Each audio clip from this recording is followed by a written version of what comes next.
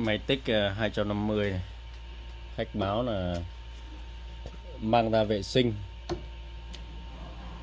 vừa mới hàn xong mang ra xịt vệ sinh, cái là mất nguồn, không hàn được luôn.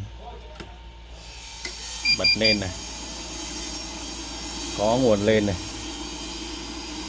vẫn chỉnh được dòng hàn nha. Khả năng là mất dòng hàn rồi. Đo 2 cọc hàn nhé, không thấy dòng ra, không thấy báo quá tải. Check kiểm tra nhé.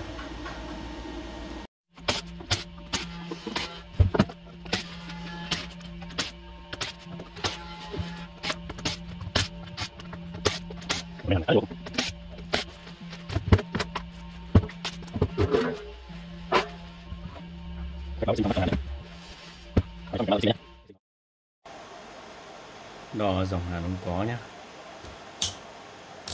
không có thì có khả năng là mất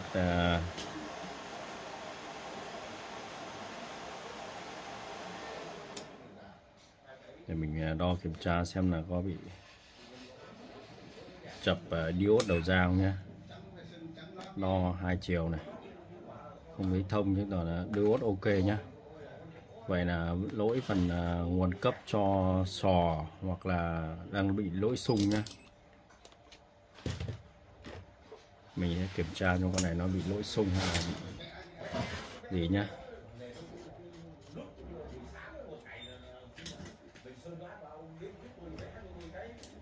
Con này chạy IC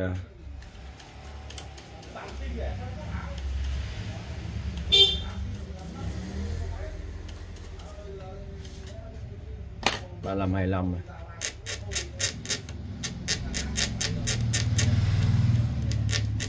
Tích quẻ chạy 3525 nhé. 3525 thì mình sẽ đo xung trên IC nhé. Nếu như con này mà nó chết sò hoặc là lỗi sò thì nó sẽ thường sẽ nó báo OC nhé.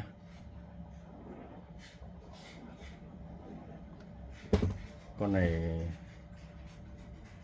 đang mất xung rồi, mất xung nên là khả năng không cấp nguồn cho bo điều khiển để cho nó tạo xung. Mình sẽ đo kiểm tra thực tế rồi mình chỉ cho các bạn xem nhé. Con máy hàn dao xích nhìn cũng rất là hầm hố nhé.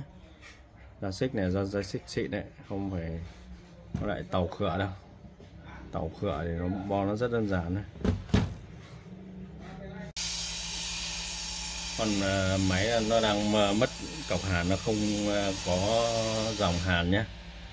Dòng hàn thì mình sẽ đo dao động tại con SG3525 này. Các bạn tra datasheet nhé. Datasheet thì ra con này có chân 15 là chân VCC này. Mình phải đo chân VCC, chân cấp cho IC đã có nguồn chưa nhá.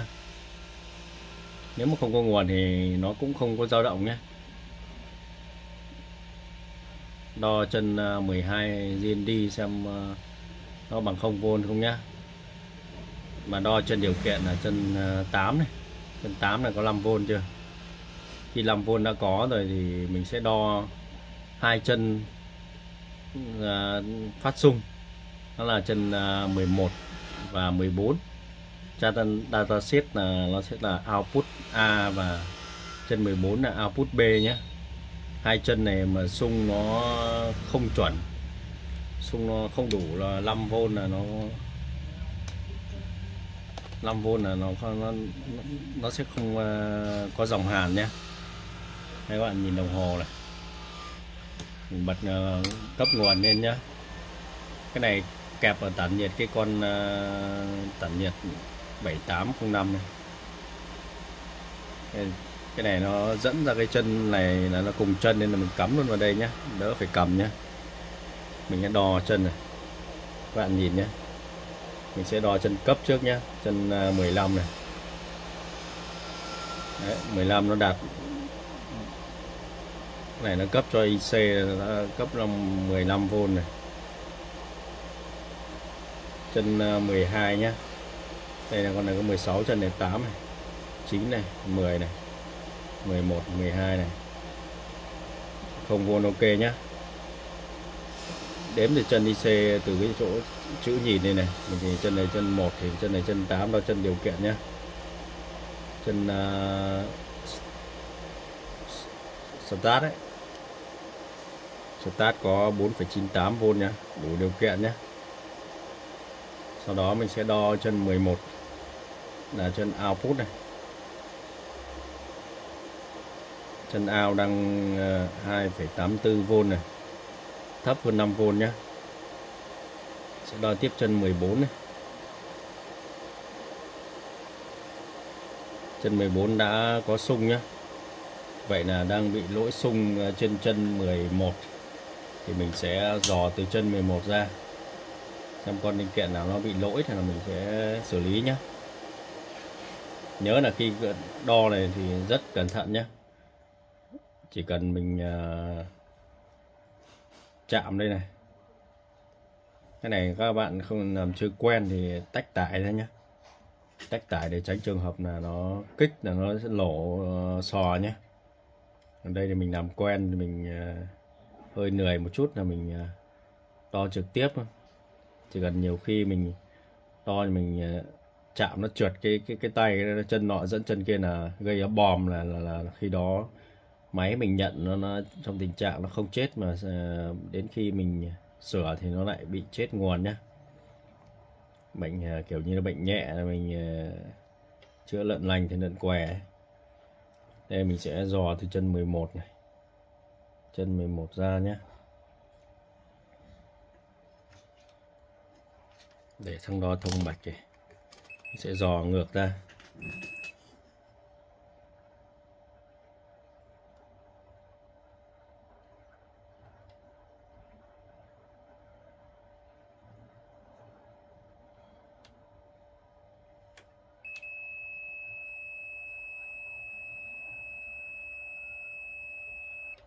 Đây mình sẽ dò ra nhé. Dừng để mình dò cho nó dễ, nhìn nó hơi khó tí.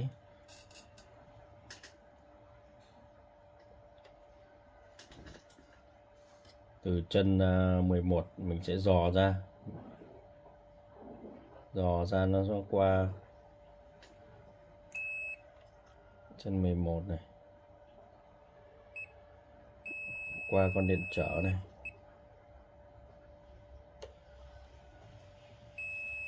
điện trở này nó sẽ đi thành hai nhánh, qua con R30 và R31. Khi qua R31 thì nó sẽ qua con diode 4148.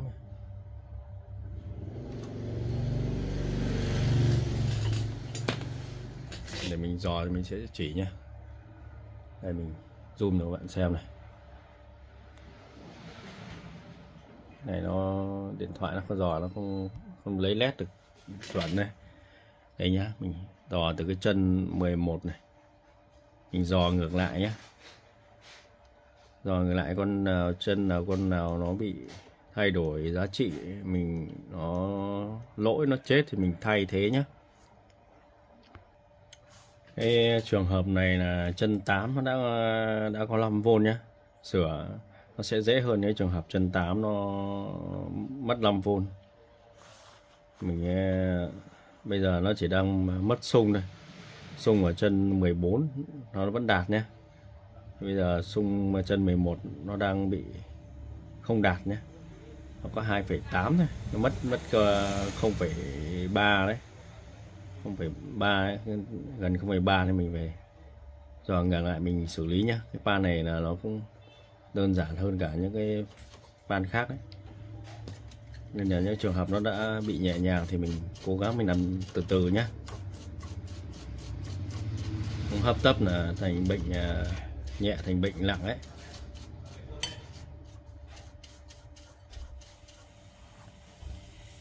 Trong quá trình đang vệ sinh để dò cái cái mạch từ cái chân 11 này nó đang mất xung nhá.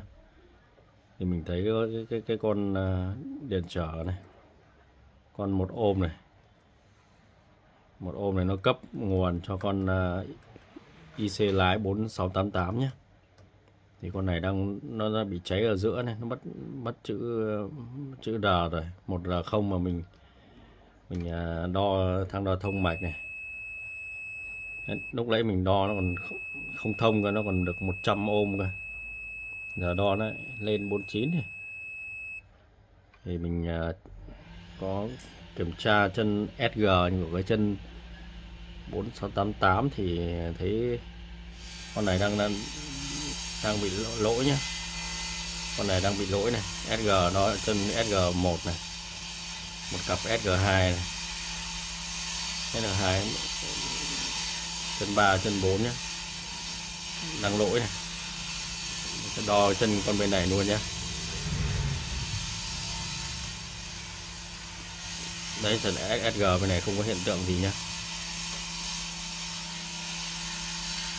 Mình đo chân S với chân D xem nào. Đấy, chân DS là thông này. Đấy, thì chứng tỏ con này đang bị chết chập nhá. Bạn nghe tiếng tít kêu à? Vậy là mình sẽ thay cái con 4688 này đi. Thay cái con này đi là khả năng là nó sẽ có xung trở lại nhé.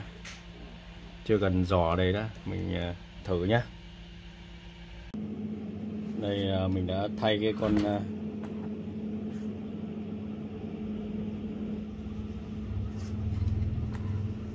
đây chết đây nhá. Mình đo cái con 4688 này nó bị chập nhé. Mình đã thay này, và thay cái con chở 1 ohm ở đây này. Này mình sẽ câu lại cho nó đẹp thôi. Còn như này là để các bạn nhìn đây, con chở 1 ohm nhé. Chở 4 sẽ lấy nguồn nó cấp cho với con 4688 này. 4 cái chân này nó là cái chân D nhá, chân D nó thông nhau đấy, là cái chỗ này mình có hàn chập với chỗ này vào, 4 chân này vào nhau không ảnh hưởng gì nhá. Còn cái 4 cái chân này thì phải hàn chuẩn nhá. Chân S này, chân G này, chân S, chân G này, S1 G1, S2 G2 này, hàn cho nó chuẩn nhá. Bạn nào cẩn thận thì có thể đo lại. Cái này mình sẽ cấp nguồn nhé.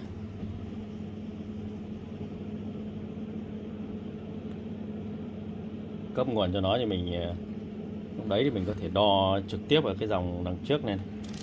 Ở cọc hàn này mình xem có dòng hàn không nhá. Cấp nguồn này, đo cọc hàn. Đó, cọc hàn nó có 68V này, 69V này, đây nhá, 69,8V này. Mình sẽ đo xung ở chân IC 3525 nhé. Mình sẽ đo chân đo cái chân 11 này, 9, 10 này, 11 này. Đấy, các bạn nhìn thấy 5,8V nhé. Đây mình để đồng hồ lên đây nhá. Đây, để đồng hồ lên đây, nhìn nó dễ này. Đo chân 11 nhá, 5,8V này. Chân 14 này, 5,8V nhá. Vậy là đã có xung nhá. Vậy là kết luận con này bị chập con 4688 nhá, lái sò nhá. Và là nó làm nó bị mất, nó chập, nó dẫn đến cái chân 11 này nó bị sụt áp này. Sụt áp nó còn 2V7, 2V8 này đấy. Chập cái chân này nhá. Cái này là mình đo lại xung này. Mình sẽ đo lại xung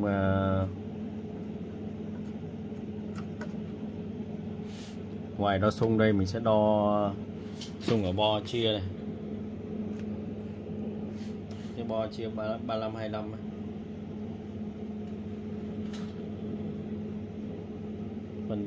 Phần bo chia thì mình sẽ đo lại xung hàn này thôi.